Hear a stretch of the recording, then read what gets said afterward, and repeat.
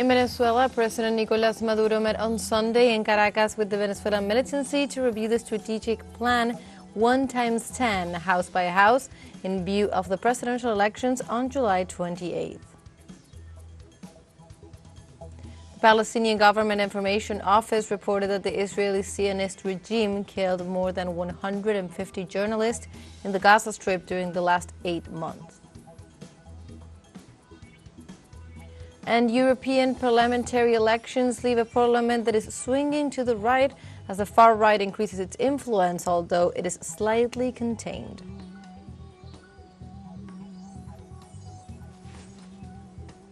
Hello and welcome to From the South. My name is Belén de los Santos and from the teleSUR studios in Havana, Cuba, we begin with the news. In Venezuela, President Nicolás Maduro met on Sunday in Caracas with the Venezuelan militancy to review the strategic plan 1x10, house by house, in view of the presidential elections of next July 28th. Community leaders participated in the review of the program promoted by the Venezuelan president and the work team of the Venezuela Nuestra campaign command also took part in the activity. The head of state shared with the Chavista militants several recreational activities. Likewise, the mechanism of popular organization for the revision and reinforcement of the 1x10 program and all the mobilization strategies to guarantee the victory of the Venezuelan people in the next elections will be discussed. La maquinaria del 1x10 del Partido Socialista Unido de Venezuela. The 1x10 machinery of the United Socialist Party of Venezuela has always been a good machinery.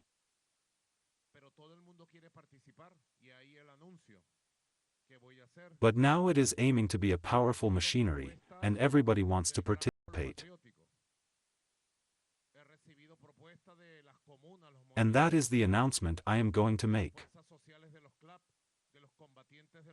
I have received proposals from the Great Patriotic Pole, I have received proposals from the communes, the social movements, from the social forces of the CLAP, from the sovereignty fighters, I have received proposals from all sectors, from the missions, great missions, mission bases, that want to join the 1x10.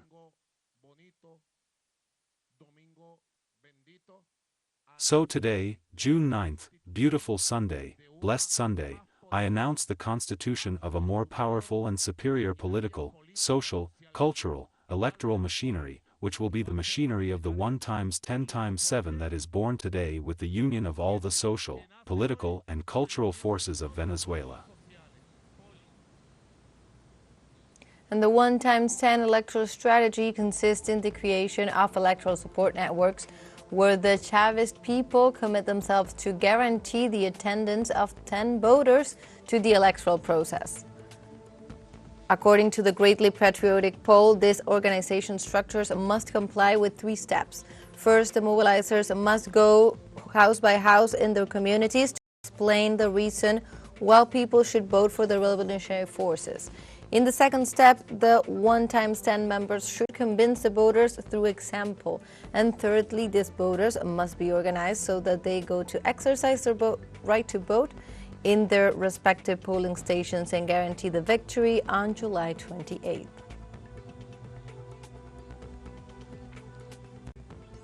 In this context, the Venezuelan government has denounced a censorship campaign in the social networks, to which the Chavez supporters have responded by creating more content. Let's review the Venezuelan president's profile on social networks. The Nicolai campaign in Venezuela is an initiative that seeks to twist the algorithm of social networks, which makes Nicolás Maduro's digital activity invisible. The government also denounces that they are not allowed to use advertising tools on equal terms. President Nicolás Maduro, for example, in TikTok has 1.7 million followers at this moment. A post by President Nicolás Maduro could easily reach 90,000, 100,000 reproductions, and out of the sudden, it reaches 9,000 or 10,000. All the conditions are the same. He posts at the same time. The contents are practically identical to what he has been doing. What happened there? It's part of the communicational dispute that his figure and the Bolivarian Revolution has faced, especially after the death of Comandante Chavez. Several discrediting campaigns weigh on Maduro, which are not consistent with reality. For Venezuelan philosopher and communicator Miguel Pérez Pirela, Maduro has not had a day of truth. Se le han creado varios perfiles. Several profiles have been created for him. The profile of the loser, even though he ended up winning the elections against Enrique Capriles Radosky. Then, the profile of the incompetent. Later, the profile of the dictator. And all this regardless of what he may do. Because in the case, for example, of the treatment he gave to the issue of COVID, to the pandemic, Venezuela was one of the most successful countries. Spanish analyst Juan Carlos Monedero agrees with this view, stating that in the struggle for democracy, the elites have always treated the majorities as rabble or people with no criteria to lead. Maduro and the Bolivarian Revolution have been demonized and vilified. Here suddenly, those majorities that were despised met with the leadership of a president who was also despised, and the two together met to vindicate the best of the Chavista and Bolivarian tradition in a very tough contest. The Western media have played a particular role displaying prejudices and attacks against Maduro, and incidentally against Venezuela. These are too many challenges to the powerful in a complicated moment where it was about continuing the task of a leader who marked a new stage as its President Chavez, which in other countries needs decades to be able to articulate that alternative, and which here has also been demonstrated with a special warmth as something feasible when the leader trusts the people, and the people end up trusting the leader. In addition to communication attacks, Maduro has faced assassination attempts, conspiracies, attempted invasion and coup d'etat, sanctions and international isolation. In other news, on Friday, Ecuador's top appeals court rejected the habeas corpus requesting the immediate release of former Vice President Jorge Glass. The court also reversed the original ruling that qualified as illegal, illegitimate, and arbitrary Glass arrest at the Mexican embassy in Quito, but it rejected the police invasion of the Mexican embassy for not respecting the Ecuadorian protocol for raiding a foreign diplomatic delegation. Meanwhile, former Vice President Jorge Glass remains in La Roca, the maximum security prison in Guayaquil, pending to serve an 8-year prison sentence for bribery and illicit association in corruption charges. His arrest spurred a standing diplomatic conflict between Ecuador and Mexico. Mexico said it was willing to resume relations if former Vice President is handed over, which is not the option for the administration of Daniel Noboa. And Chile is holding primary elections to choose the mayors of 60 municipalities and the governors of 2 regions. Over 4.8 million registered voters are expected to take part in these primaries, leading up to general elections next October, where governors, regional councilors, mayors, and councilmen will be chosen in the country's 345 communes. The polling stations opened on Sunday at 8 a.m. local time and closed at 6 p.m. local time. Authorities said that most electoral tables were constituted at polling stations, but that there had been 3 arrests of citizens who refused to participate as polling stations officials. Now let's take a short break, but remember you can join us on TikTok at teleSUR English, where you will find news in different formats, news updates, and much more. Other stories coming up. Stay with us.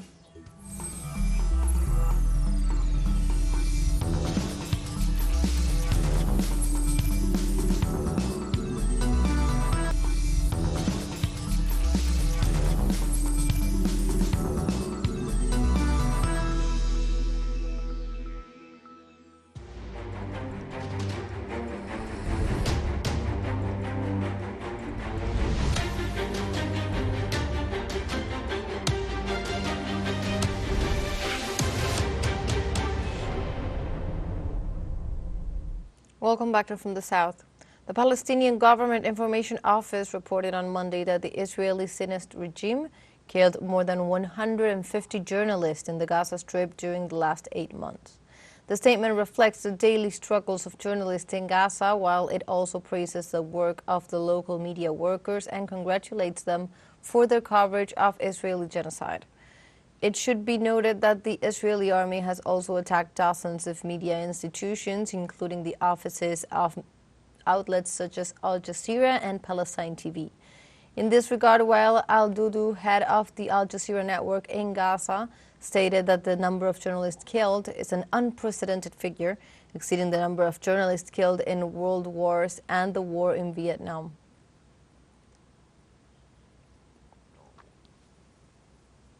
We stay in Palestine as the Gaza Media Office denounced the use of a dock built by the United States, used by the Israeli occupation forces to launch attacks against the al-Nusrat refugee camp, which left at least 210 civilians killed.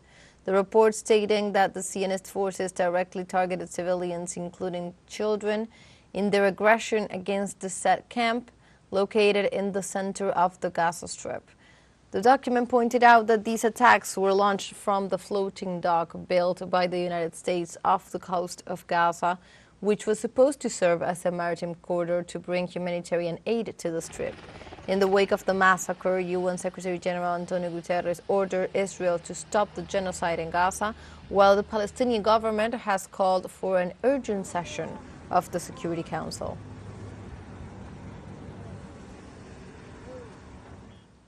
Meanwhile, Palestinian prisoners' rights organizations denounced the kidnapping of at least 22 civilians in the occupied West Bank by the Israeli occupation army. Most of the arrests were made in the northern governorate of Yemen, and the number includes 1 woman and 1 minor. They were carried out in the context of the continuation of widespread raids and harassment actions carried out by the troops of the Israeli regime.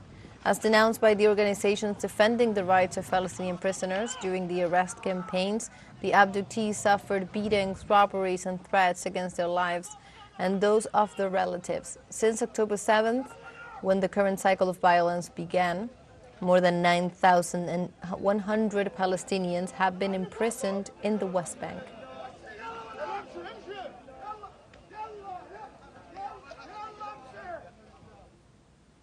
We stay in Palestine as organizations warned of an increase in abortion cases due to the siege perpetrated by the Israeli occupation in the Gaza Strip. Non-governmental organizations reported that the number of pregnant women attending hospitals with serious hemorrhages and complications is increasing.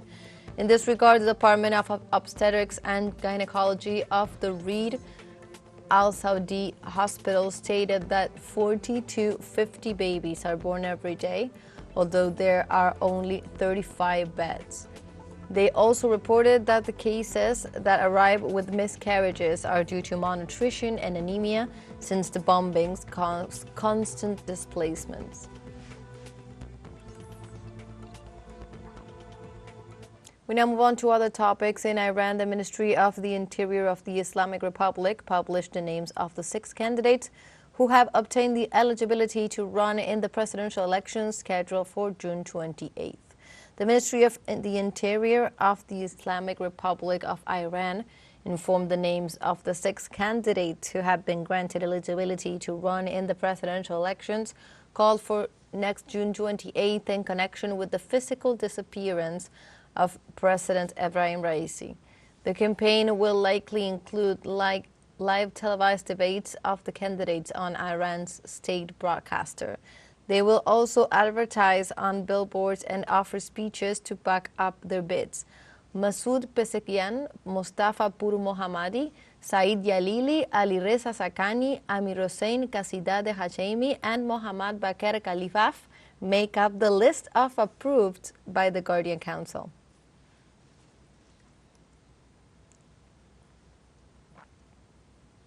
And the Israeli Prime Minister Benjamin Netanyahu will address a joint meeting of the United States Congress on July 24th, according to top U.S. lawmakers.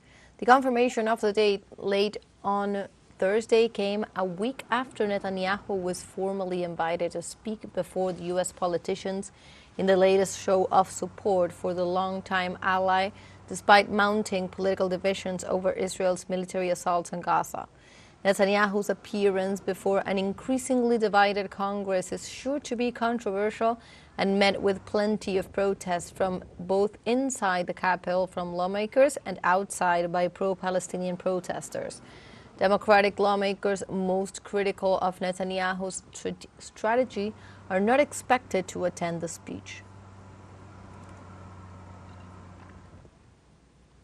And the U.S. Army began the withdrawal of its troops from Niger ahead of the September 15th deadline agreed to by both countries. A joint statement issued by Africa Command explained that the withdrawal of U.S. forces will not have an impact on the development of ongoing U.S.-Niger relationship and that both countries remain committed to a sustained diplomatic dialogue. President Joe Biden's administration had so far resisted such a step, publicly demanded by the Nigerian board, as it would imply the withdrawal of around 1,000 troops. Also pending is the future of a base built by the U.S. in the African country only 6 years ago and valued at some $110 million.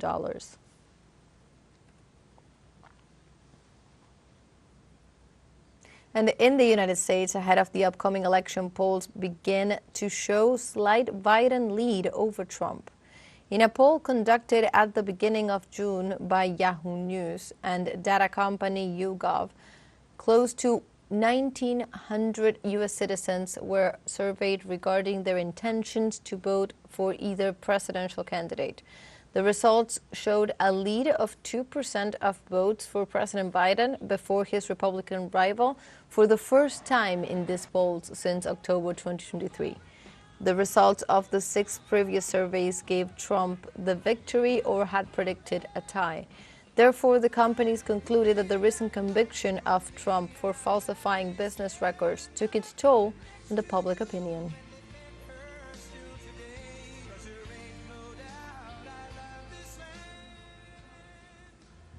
We have a final short break coming up, but before we invite you to join our WhatsApp community for our English-speaking audience, you can scan the QR code on screen to join directly and also share the link to reach more people. Constant news coverage of Latin America and the Caribbean, as well as the rest of the world. Stay connected and informed with teleSUR. Final short break. Don't go away.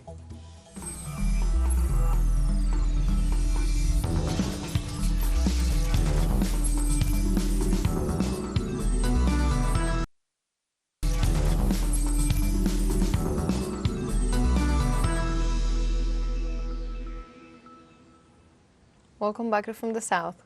In Europe, the far right increased its influence after the parliamentary elections leave a legislature with a noted conservative majority.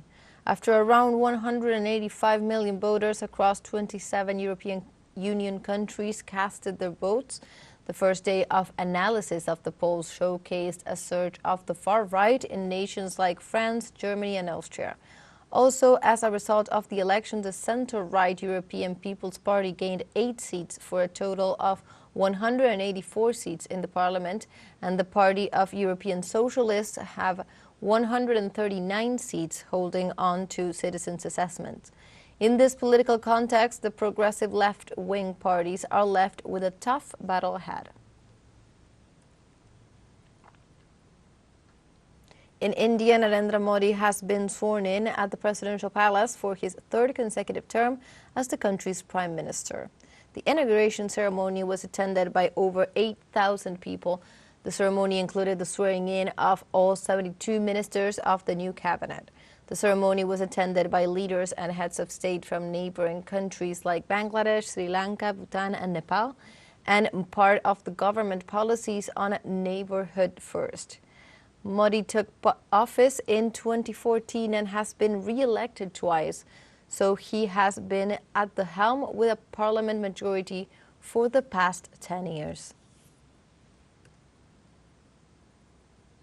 Also in India, Rahul Gandhi was nominated to lead India's opposition in parliament following an election result that pulled his party back from the political wilderness. A meeting of the leadership of Congress, the leading opposition party in the country, on Saturday voted unanimously to recommend Gandhi's election as India's official opposition leader, a role that has been left vacant since 2014. On Tuesday, India's governing BJP lost its majority in the chamber in an election that defied exit polls and shocked many supporters of Prime Minister Narendra Modi.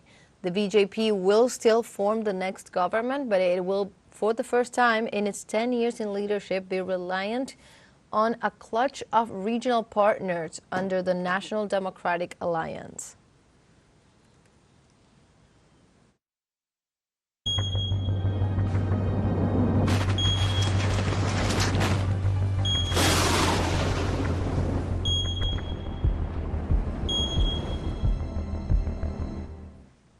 We now move on to other topics, since higher than average ocean temperatures are about to make the current global coral bleaching phenomena the worst in history. In this regard, scientists from Australia and Florida highlight the plight of the world's coral reefs.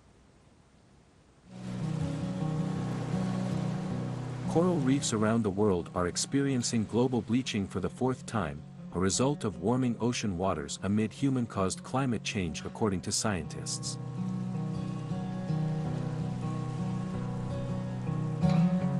In order for bleaching to be declared on a global scale, significant bleaching had to be documented within each of the major ocean basins, including the Atlantic, Pacific, and Indian Oceans, in both the northern and southern hemispheres. The situation right now is pretty dire. We are in the 11th hour in many places, with mass coral bleaching all over the entire world. We're right now in the 4th global mass bleaching event. So make no mistake about it, situation is grim. But I have not lost all hope. There are still things that we can do to turn this around. Bleaching happens when stressed coral expel the algae that are their food source and give them their color. If the bleaching is severe and long-lasting, the coral can die. In the world's largest coral reef ecosystem, Australia's Great Barrier Reef, bleaching affected 90% of the coral assessed in 2022. In March 2024, Great Barrier Reef Marine Park Authority announced a mass coral bleaching event following aerial surveys. The reality for what's happening in the Great Barrier Reef, unfortunately, isn't a surprise, and it's a consequence of rising global temperatures, and we're very certain of that, partly because of the science, but also because of what we've seen across the whole of the last 12 months. The world is experiencing the second global bleaching event in the last 10 years. The last one ended in May 2017. Brought on by a powerful El Niño climate pattern that heated the world's oceans, it lasted 3 years and was determined to be worse than the prior two bleaching events in 2010 and 1998. In this sense, also the Florida coral reef, the third largest, experienced significant bleaching last year.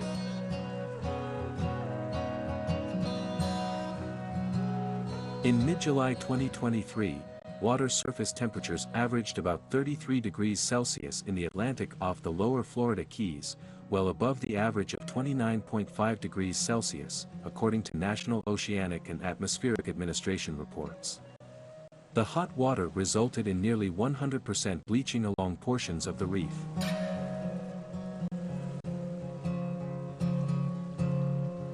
Scientific reports have long said loss of coral is one of the big tipping points of future warming as the world nears 1.5 degrees Celsius of warming since pre-industrial times. That's a limit that countries agreed to try to hold to in the 2015 Paris Climate Agreement. Oceans are incredibly important for humanity, for all the things they provide, and they deserve our attention to look after them. And climate change is a substantial threat to all of those systems. So it's beholden upon all of us to take action on climate, because it gives the planet the best possible future, and hence all of us.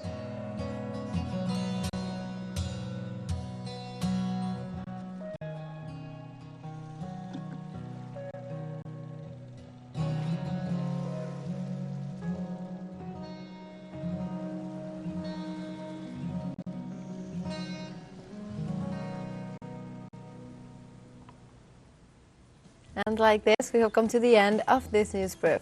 You can find these and many other stories on our website at telesurenglish.net.